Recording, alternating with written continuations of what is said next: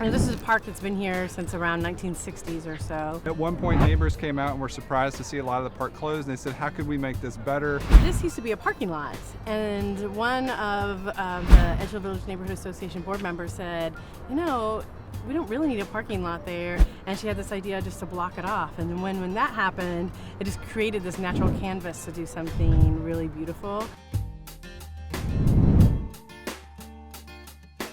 So for the past 7 to 8 months, I've been working with Oasis Youth, Mayor's Youth Council, and Edgehill community members to kind of figure out the logistics of the design. And what we came up with through 6 or 7 months of research was different elements involved in the Edgehill community history. We really wanted to make a thing that was interactive, that would draw people in, at the same time draw them into the story of Nashville and the story of this community and this neighborhood. Irises, which are the state flower. We got the polar bears. So historically there were 4 polar bear sculptures that were up, and now they got dispersed. Some people privatized them, so it's, I think, one's in somebody's backyard. So they scattered about the city now. Trolley cars right here that they painting red and gray. That was one of the biggest forms of transportation in this area in like the 30s and 40s. The name of the park is Tony Rose Park. So we thought the rose would be an awesome anchor to put in the middle of it all.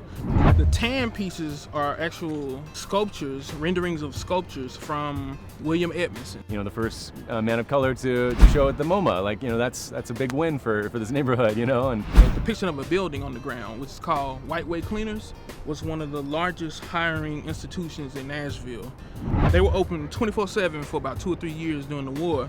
well, I mean, the kids were really hands-on. Like, it was a very collaborative effort. We like I said, we researched everything, history of the neighborhood, and we found these kind of iconic elements of Edgehill's history. I think it adds value to the neighborhood, and this was somewhat of a neglected cul-de-sac. They worked with the developer, who frankly did, after a bumpy start, got to a really nice outcome where they let the community come in and say what they wanted to do. We're just really thrilled. I mean, I think it was a win-win-win. For the developers, they got the space. For the park, that they got improvements to a park they didn't have to pay for. I'm hoping it makes a big impact, that people are like, what's that, what's that? And kind of draw them into the story.